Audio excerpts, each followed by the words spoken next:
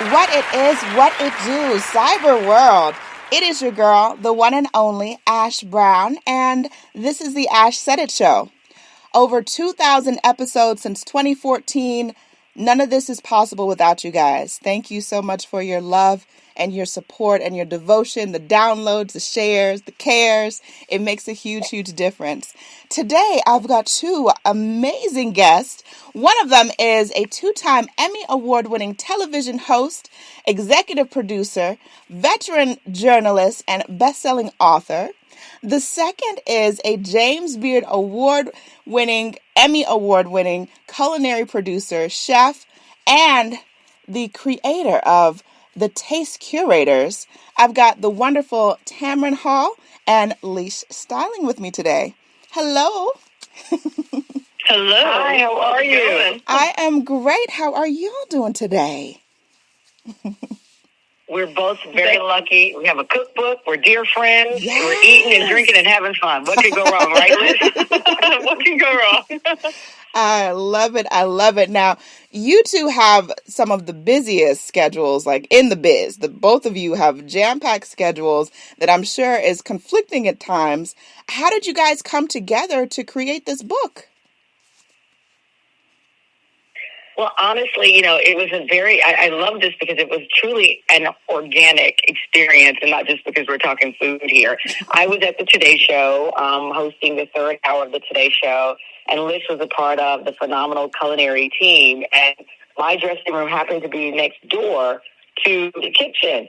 And her tattoos caught my eye one day because she is probably the only person in the world with a radish and a carrot tattooed within her forearm. And I thought, someone with a root and vegetable has to know a lot about cooking. And we started out on a conversation that eventually led to Lish inviting me to participate in boot camp that weekend. And I accepted, and I don't think she knew what she was getting in for. I don't know. Whatever we got into, I'm grateful for it because, listen, after that boot camp, Tamron invited my wife and I over for bubbles and snacks, and the rest is history. It just all clicked. So, and by bubbles, we don't mean like the kind that kids have. We mean bubbles in the sense of champagne. So we had bubbles. I had a sparkling water, whatever it is, but we had I had a dog at the time who was notoriously peppery, we would say, a little teeny chihuahua who was about 4 pounds. And I said to Lish and Abby, if this dog doesn't bite you, I'll be surprised because she was known for being a biter. I mean, she's literally 2 pounds. And she melted in their arms like butter. And I thought that was another sign of Lish's enormous heart and wonderful way with people and things. And so we started just talking about life and getting to know one another. And my father had passed away recently around the time that we met. And I shared that his love of cooking and how much he loved cooking and how it was such a big part of our family. And one of the things I miss now living in New York was not having, these family dinners and family meals and really missing the fact that my dad never allowed me really in the kitchen. My dad did all of the cooking. My mom was not a cook. My mom never learned to cook and quite honestly never had really any interest in it because my dad was such a great cook. And if you got in there, you were going to mess it up. He had that kind of philosophy. So he would just take great joy in feeding the family, much like Lish over the years of her culinary experience from dance to the kitchen, learned just this power of communicating and showing love through food. So we started chatting. And I just one day, text her and said, I really want help. I have this, I have that, and she said, well, what do you have in the kitchen? And I started to name things. And through text message, because we both lived in Manhattan, but we lived on other ends of the city, she started to really coach me. I mean, think about it. It's almost like coaching someone to play basketball, but from afar. So she'd say, okay, take this. And she'd say, pour a glug of olive oil. And I'm like, a glug? And there I am trying to Google what glug. I'm like, oh, is that a measurement I missed in school? And so she would walk me through different recipes. And over time, we would have dinner parties at my house. I'd go to her house and we'd sit and, have snacks that she'd made or dinner. And it just became this journey, really. And we joked, of course, sometimes they're like, we should do a cookbook together. But it really wasn't that. It really was this phenomenal chef, this phenomenal person, and our friendship being connected through food. And it wasn't just recipes, I should say. It was like technique, right? Lish took me in one of our first shopping experiences was not to a department store to buy designer clothes, as some people might assume. It was to like a restaurant depot near Chinatown. And there she, introduced me to a fish spatula. So it's a very thin and light spatula that allows you just really to slide under it's called a fish spatula, but it's for anything.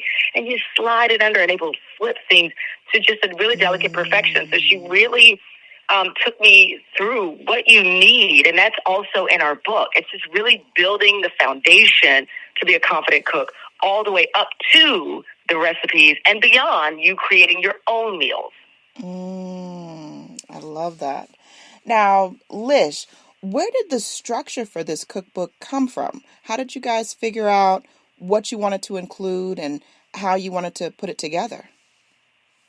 Well, it all honestly stemmed from those very early conversations and text messages.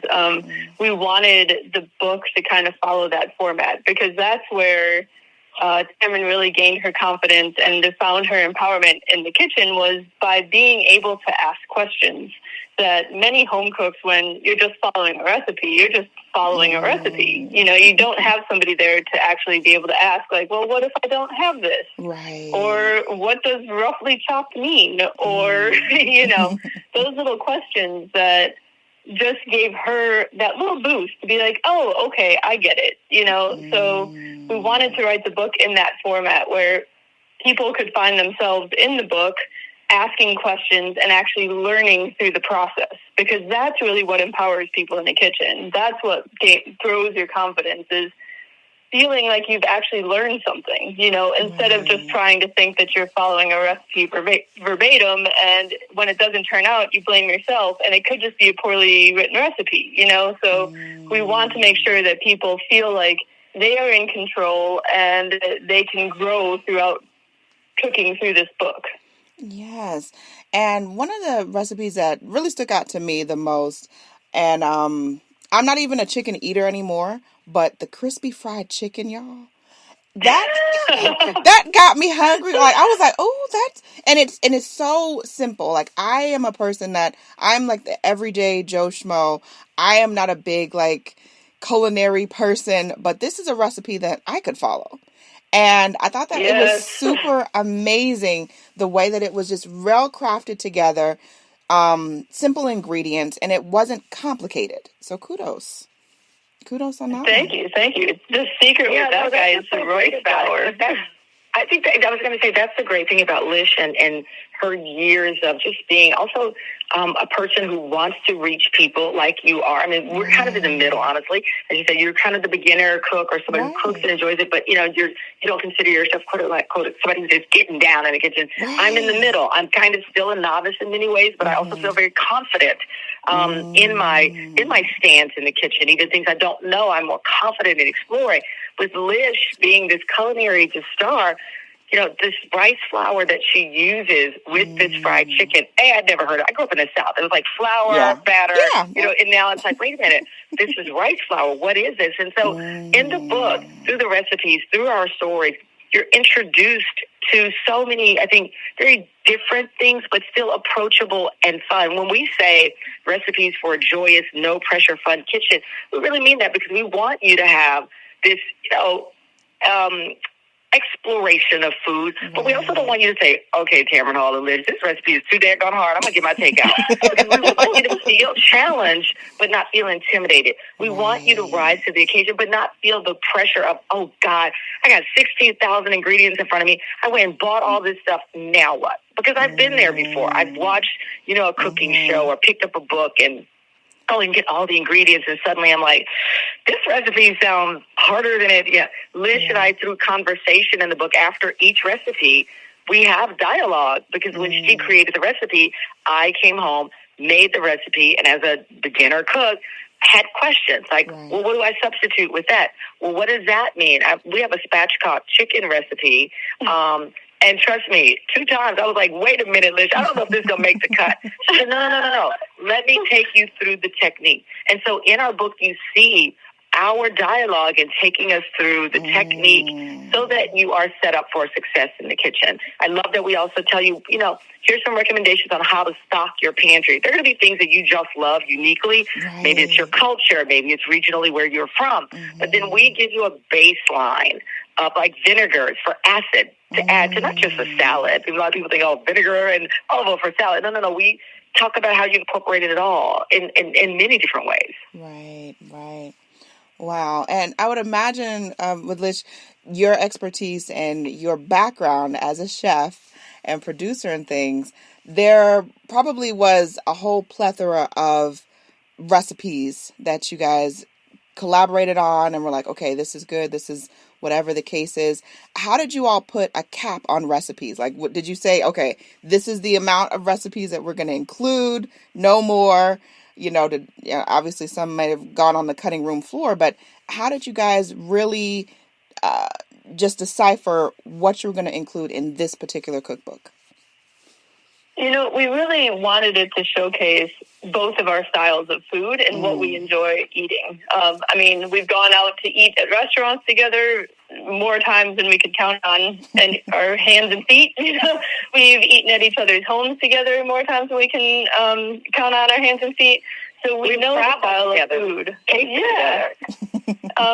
We know what we like to eat, and we also know where we both come from. Tamron from Texas, myself from Wisconsin. And so we wanted to showcase exactly how we like to eat and where we're from. So we came up with a list of recipes that really kind of, showcase those flavors, those cuisines, and our backgrounds as, humans, basically. And make it approachable so that people actually wanted to cook along with us. Gotcha. So there is a possibility of maybe another cookbook in the future with some other recipes. I wouldn't say no. That's a done thing. No, that is the goal. That's not a possibility. That will happen because I'm telling you. We're not one and doneers. We're not one and doneers. And I think the audience wants, we build this confident community because, as I said, really from this book, it starts out with an introduction of who we are, an investment in our cooks who are reading the book. So we all become friends at the very beginning of this book. And then it takes you really from when you wake up to when you go to bed. We have everything from breakfast, lunch, dinner, drinks, snacks. So we have, 24/7, you cannot escape us. And I realize that that's a very unique thing in the culinary world where we literally have, from the time you have breakfast, whether it's just you, a couple of people, or a group, to lunch, to dinner, and snacks, and cocktails, and beyond. And so I think that is a very unique thing. As I said, I've bought and had many, many different cookbooks. I've been in TV for 30 years, most of that morning television. So I've had the great honor of interviewing and cooking with some of the most known chefs and cooks in the world. But I feel that Lish's approach to how she teaches was something that in all of my years of morning TV and going home with, the notes from the segment and thinking, I was going to make this today, and still feeling left short sometimes, was the reason that I felt that this book would have a place in the market. But and I also like the idea of when we were in our conversation about it, really having this 360 view of cooking. So it is, as I said, stocking your pantry. What tools do you need, all the way to the ending of what cocktail might you want to end the night with. It is a full thing. Just a full array. And I got to say, not to eclipse the rest of the book, but I do like the cocktails, ladies. I'm liking Not Tonight, Satan. I think that might be my favorite. Yep. That was the goal. And that's really, truly, that's who we are, right? There are people who, for example, have phenomenal vegan books, and we are not vegan, so we have your steak, we've got your short rib, we could have tried to say, let's go with what's very trendy right now, and that's just not us. And so we said, well, we could also have just done a great cocktail book because Lish is a phenomenal cocktail creator and I'm a phenomenal cocktail drinker. I can drink them. But we wanted, this full thing where if you have this book with you, whether you are traveling, getting an Airbnb with friends, whether you are at home, whether you want to gift this book, this is the book that truly is my goal, to be quite honest with you. And I know this is an extravagant goal, but why not reach big? To me, this is the modern Betty Crocker. Yes. Where you really have a kind of book that you will share. I remember when someone gave me my first Betty Crocker book. My aunt, I'm so Southern, they called her Aunt Sister. She was my aunt. And she gave me a Betty Crocker book. And it's because it was a full gamut of things in there to try. And so our book is not as big, but it had that same sensation when I first laid eyes on it. I said, this is the kind of book you want to gift to people. This is the kind of book that when you're traveling, whether it's on your iPad or physically in your hand, I'm still old school, I can hold my books. It's that kind of cookbook. Yeah, and I definitely got that feel from it. It's very homely. It's very relatable. Like, it's not, like I said, it's not overly complicated. And honestly, in a strange way, I feel like I know you two now better, but having read the book. Yay! Well, that was part of the goal, is we wanted this to sound like us. And we wanted to bring the people into our friendship, and that's, when I hold this book, it's like, oh my God, this is us, and it just makes me smile so big. It's like, and everybody is now part of that friendship. Everybody is part of our extended family, Yes, yeah. agreed. I was at an event last night. I was sitting next to a young influencer, and she said, I noticed, I saw somewhere you had a cookbook, and I said, I'll let you see the PDF, but you can't share with anybody. And I let her speak on my phone to see. And she looked at me and she says, I'm obsessed. And then she said something that didn't occur. She said, it's so wholesome. Mm-hmm. And she goes, and I love that. She's like, it's so refreshing, in this world of everyone's just buzzword. She's like, it just made me feel good. Yeah. I thought, wow, I broke down a gin, whatever, like, oh my God. Yes. And it was just, I felt so good about that. She was like, wow, I was like, oh, it's great. Yes, I definitely believe you all have started a trend. You've created a gem with more to come. So I am super excited for the both of you in experiencing this and many more to come. Now, where can people get the cookbook?